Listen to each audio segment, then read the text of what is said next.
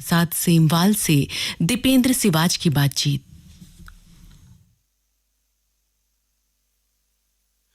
श्रोताओं, आज हमारे साथ स्टूडियो में उपस्थित हैं श्री द्वारिका प्रसाद सेमवाल जी, जो कि सामाजिक कार्यकर्ता होने के साथ साथ हिमालय पर्यावरण जड़ी बूटी एग्रो संस्थान जाड़ी उत्तर काशी के संस्थापक भी हैं। द्वारिका प्रसाद सेमवाल जी, आपका हमारे कार्यक्रम में बहुत बहुत स्वागत है। आपको बहुत बहुत धन्यवाद। आपने बहुत सारी पद यात्राएं की हैं, आपने साइकिल से यात्राएं की हैं, आपने फिर कुछ और अभियान किए हैं। तो निश्चित रूप से आपने पूरा जो हिमालय क्षेत्र है और जो उत्तराखंड है उसमें आपने घूमा हुआ है और आपने उसको बहुत करीब से देखा है। को इस क्षेत्र की क्या विशिष्ट समस्याएं हैं जिन्होंने आपको ये काम करने के लिए प्रेरित किया? देखिए, समस्याएं कई तरह की हैं, लेकिन कुछ जो हम हिमालय और उत्तराखंड के परिप्रेक्ष्य में कहेंगे और जो हमने समझा, क्योंकि हम लोग उत्तराखंड आंदोलन से निकले हुए कार्यकर्ता है, तो हम जब उस दौरान जो है जब नारे लगाते थे कि आज दो अभी दो उत्तराखंड राज्य दो, कोदा झंगोरा खाएंगे उत्तराखंड बनाएंगे, और इस तरह का मतलब सारा जो एक सपना, बड़ा सा सपना देखा करते थे, देखा है।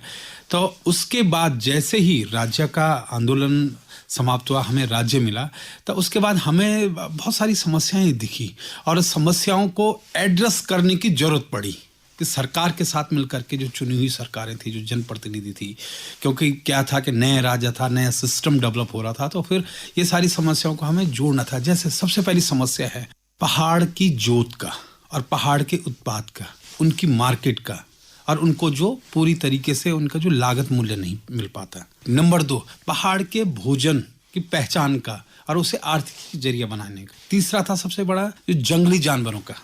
पहाड़ छोटी जोत है और छोटी जोत पर क्लाइमेट चेंज के दौर में असमय बारिश होने से जो बच जाता है तो उसे जंगली जानवर खा जाता है, छोटी सी जोत होती है। तो एक बड़ी समस्या थी, क्योंकि समस्याएं मैं बता रहा हूँ कि कई तरह के, कुछ राजनीतिक समस्याएं जो राजनीतिक रूप से जिसका समाधान होना है, प्रशासनिक रूप से समाधान होना है कि रोड, बिजली, पानी पहुंचाना, स्वास्थ्य की, इस तरीके से, और कुछ इस तरह की जो गाँव से जुड़ी हुई समस्याएं।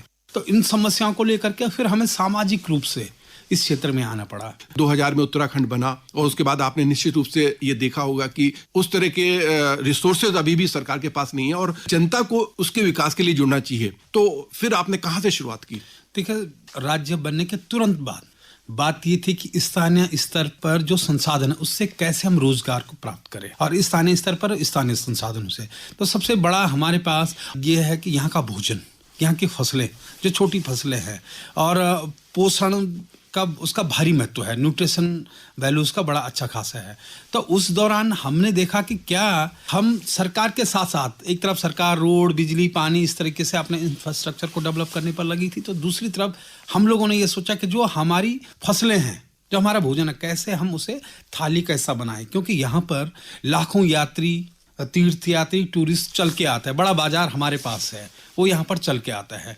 तो हम उनको कैसे उसको परोसें और उसका पैसा आम जन के पास जाए। जैसे यहाँ पर कंडाली है, यहाँ का मंडुआ है, यहाँ का झंगोरा है, तो उसको हमने थाली का हिस्सा बनाने के लिए, उसको पहचान दिलाने के लिए, एक तरफ पहचान दिलाना, दूसरी तरफ थाली का हिस्सा, तीसरी तरफ लोगों के जेब में पैसा जाए, तो उसके लिए हमने गढ़भोज, जो अपना उत्तराखंड का भोजन है, उसको पहचान दिलाने के लिए गढ़भोज अभियान की शुरुआत की। और तभी से वो धीरे धीरे शुरू हुआ। और शुरुआती दौर में तो ये भी लगता था लोगों को कि भाई आप इस पिज़्ज़ा बर्गर के ज़माने में अब चौसा काफला की बात कर रहे हैं, लेकिन नहीं, हमें पता था, क्योंकि हमारे जो पूर्वज थे, जो आंदोलन के प्रणेता थे उत्तराखंड राज्य के, जिन्होंने कल्पना देखी थी, उन्होंने पहला सूत्र वाक्य दिया था, कोदा झंगोरा खाएंगे उत्तराखंड बनाएंगे। ये बड़ा एक अर्थशास्त्र है, खाएंगे भी, स्वस्थ भी रहेंगे, उगाएंगे भी और बेचेंगे भी। बस हमने वहीं से हमारी सामाजिक जीवन की शुरुआत हुई। और ये एक तरह से अपनी जड़ों की तरफ लौटना था। और बहुत बार ये कहा जाता है ये एक रिग्रेसिव कदम होता है, लेकिन ऐसा नहीं होता। अपनी जड़ों की तरफ लौटना प्रगतिशील कदम भी होता है, और आपको लगता है कि ये उसी तरह का कदम है। जो हमारा भोजन है, आज दुनिया में चर्चा है प्रतिरोधक क्षमता बढ़ाने की, तो हमारा तो ऑलरेडी था ही, है ही। बस वो तथाकथित हम जब थोड़ा शहरी बने, हम मॉडर्न जमाने की तरफ गए। जब हमने 2000 से शुरू किया था, तो 2020 में उसी पर पूरी दुनिया चर्चा कर रही है। चर्चा की कि आपने गढ़भोज आयोजन शुरू किया, तो इसके किस तरह के आयाम हैं, किस तरह से आप इसको मैनेज कर रहे हैं? देखिए, शुरू तो हम लोगों ने किया कि ठेली लगा करके, शादियों में बुफे लगा करके कैटरिंग वालों से बातचीत कर करके सरकार के साथ जिला स्तर पर अपने उत्तरकाशी जिले से ही कि कैसे जो सरकारी बैठकें हो रही है, जो मीटिंग हो रही है, उसमें जो है कंपलसरी उत्तराखंड के पारंपरिक कटभोज को परोसा जाए। तो धीरे धीरे ये सारी बातचीत होटल, एक तरफ होटल वालों से बात की, ठेली वालों से बात की, 5 सितारा वालों से बात की, सरकार से बात की, गैर सरकार से बात की कि अपना जो आप जहाँ पर भोजन की व्यवस्था आप लोग कर रहे हैं तो वहाँ पर कम से कम एक टाइम एक डिश उत्तराखंड के भोजन को शामिल करें।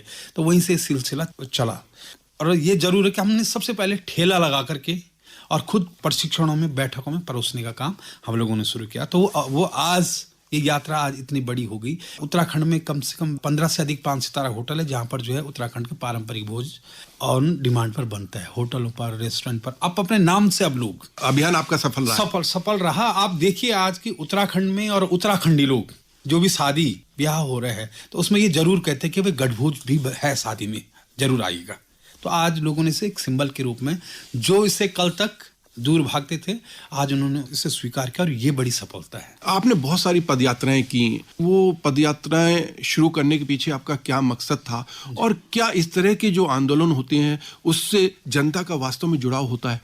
देखिए, एक तो जनता का जुड़ाव तो 100% होता है, लेकिन खुद भी आप जनता से जुड़ रहे होते और आपका पढ़ाई हो रही होती, आपका शिक्षण हो रहा होता है, क्योंकि हम लोग गांधीयन लोग हैं। और ये एक, इसे अच्छी बात कहेंगे, बुरी बात कहेंगे, क्योंकि हम लोग गरीब घरों से आते हैं और हम आंदोलनों से, अनुभवों से इस क्षेत्र में आए हैं। तो हमारी पढ़ाई गांव की है, हमारी पढ़ाई यात्रा की है। तो यात्राओं से आदमी सीखता है, सिखाता भी है, सीखता भी है।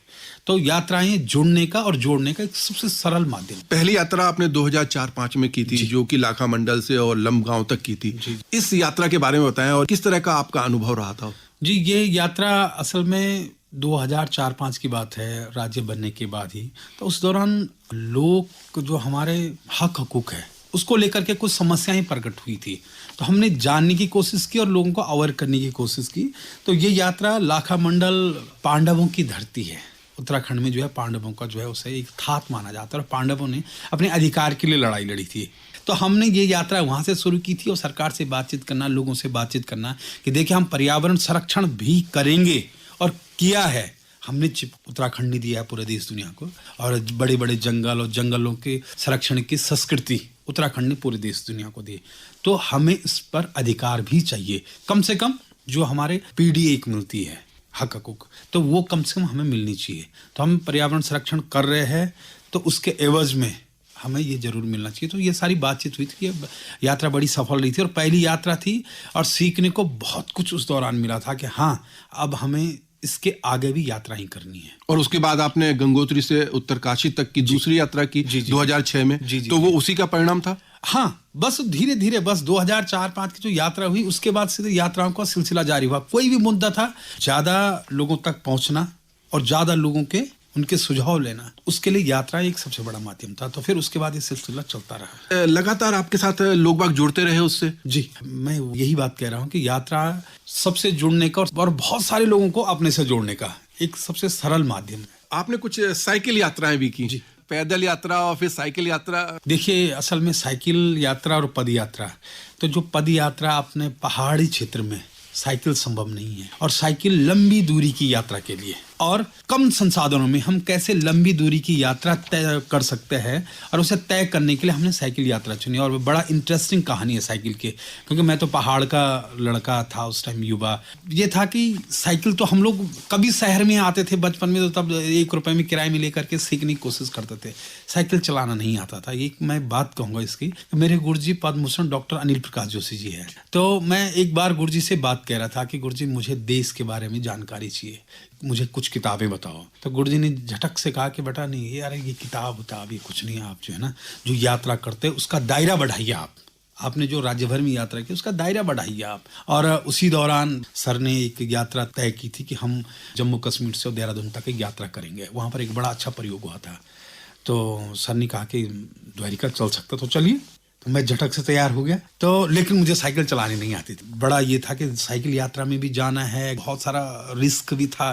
तो मेरे एक साथी है रामचंद्र चमोली, मेरे बड़े भाई, तो उन्होंने सिर्फ एक रात में मुझे साइकिल सिखाई IIT रुड़की परिसर में रात भर, और कश्मीर से, जम्मू कश्मीर से पहली यात्रा थी।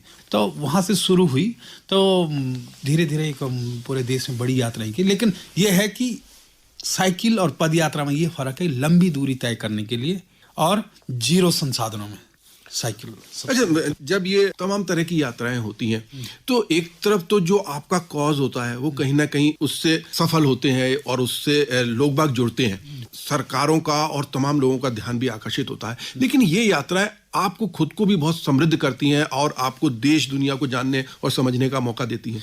एकदम से, मतलब वो अथाह ज्ञान, और अपने पूरे देश को आप अपने आंखों से देख रहे होते, एक एक कदम को, एक एक चप्पे को, एक एक व्यक्ति को।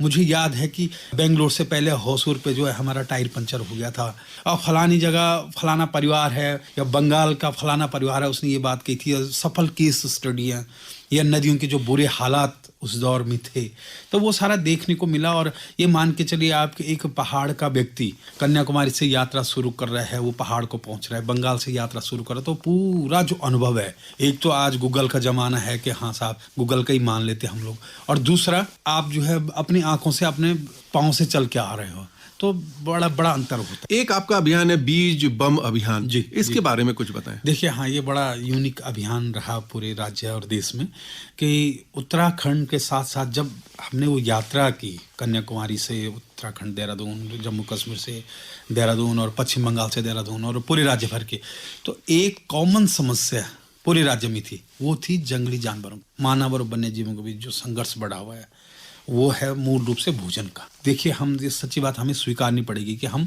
जंगलों में हम लोग गए हैं, फसलों को हमने सेपरेट किया है। आज एक तरफ वन अग्नि है, दूसरी तरफ पानी कम हो रहा है, तो ये बहुत सारी समस्या, हमारे बागीचे जंगलों में पहुंच गया, हमारा शहर जंगलों में पहुंच गया, तो जंगली जानवरों के लिए भोजन, चाहे मैदान हो, पहाड़ हो, हर कहीं बहुत कम हो गया है। और उस कारण से जंगली जानवर आज हमारे खेत तो छोड़ो, किचन तक पहुंच गए, और हमारे किचन असल में हमने उनकी जगह पर बनाए हैं। जब तक उसके लिए भोजन की व्यवस्था नहीं हुई, तब तक आप समाधान की तरफ नहीं बढ़ रहे हैं। और ये आप मान के चलिए कि अगर हमने उनके लिए भोजन की व्यवस्था नहीं की, तो कोरोना और ओमिक्रॉन से भी बड़ा एक भय होगा पूरी दुनिया के लिए। तो इसके लिए हमने ये किया कि हम मिट्टी और कंपोस्ट का गोला बना करके उसके अंदर 2 बीज डाले, उसे जंगलों में डाल देते हैं। अपना बीज, हमने जो फल खाया उसका बीज संभाल के रखा, सीजन में उसे डाल देते हैं।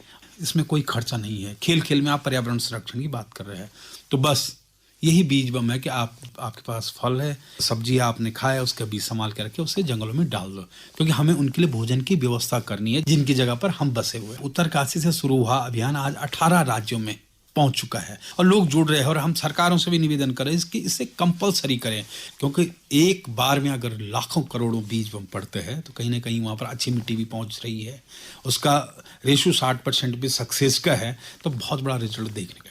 एक सामाजिक कार्यकर्ता के रूप में आप क्या हमारे श्रोताओं से कहना चाहेंगे, क्या उनसे अपील करना चाहेंगे? आकाशवाणी के सभी श्रोताओं से निवेदन और प्रार्थना करूंगा कि अपने भोजन में उत्तराखंड के पारंपरिक गढ़भोज को जरूर आप हिस्सा बनाइए, और दूसरा, आपके पास जो भी देसी बीज है उसको संभाल करके रखिएगा, और जैसे सीजन आता है बुआई का, तो उस टाइम बीज बम बना करके उसे जंगलों में आप डालिएगा।